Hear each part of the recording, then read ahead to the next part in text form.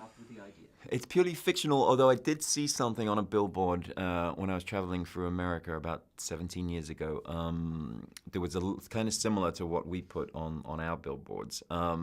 And I had the idea of what kind of rage or anger or pain would prompt the person to do that. So that's the only kind of true aspect of the movie. But then when I decided it might have been a mother, it was almost like the story began to write itself, or the character of Mildred that Frances McDormand plays, began to write itself, because I knew she had to be strong and fearless and brave, but also outrageously provocative. And the more outrageous things she did, the more I liked her, and the more the story evolved and changed.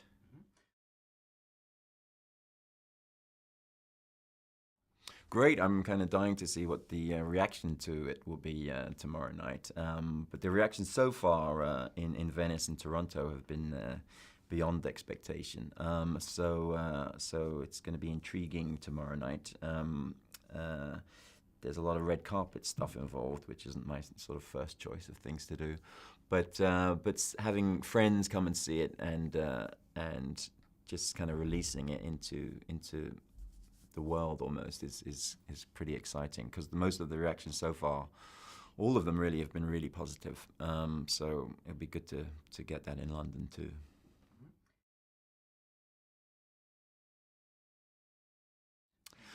Well, that's a funny one, because it feels that way, but it wasn't intended to be a comment on Trump's America or the America of this year. I mean, the script was written 8 years ago and didn't really change between then and the film that we made. But I guess there are events and aspects of the story that don't really, that are truthful about small town America, that haven't really changed too much since the 50s or the 60s. So I guess they're always going to be there.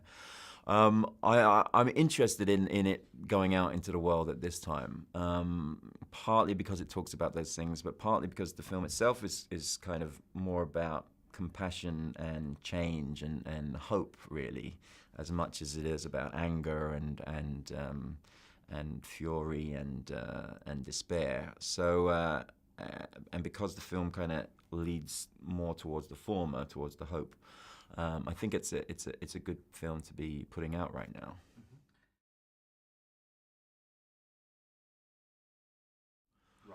Very much so. She was number one, and her voice was in my head. And and once it was finished, we sent it to her. And if she said no, then I don't know what the hell we'd have done, because there isn't anyone who can be as truthful about a character like this, about her origins, about her anger and her pain, but not to sentimentalize any of those things too. There isn't a moment in the film where she asks for sympathy, and that was important, because this character is above all that. Maybe that was in her past. She's gone through the place of despair and pain. Now it's about almost going to war and not sentimentalizing that story was very important, and she's perfect for that, because she never really does that.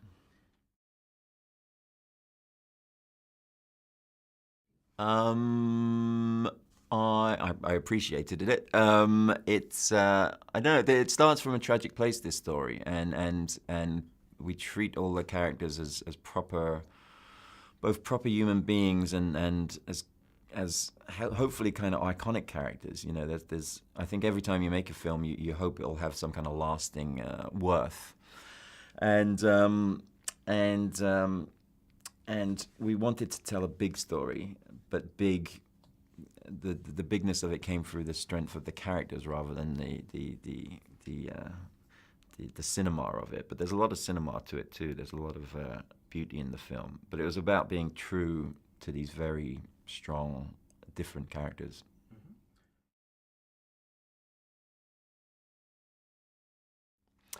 No, I mean, film saved my life to a degree. You know, like if it wasn't for movies, I don't know what I'd be doing. I don't know if I'd have even been a playwright, because they taught me everything about writing and story. My main thing is to try and make a good movie. You know, that's all I've ever really tried to do. The other talk that comes after the fact isn't anything that you can control or have anything to do with, really. But I know that kind of talk helps more people hear about the movie, and you want more people to see a good movie like we think this is. So I'm happy with it. I'd rather be talked about than not talked about, I think.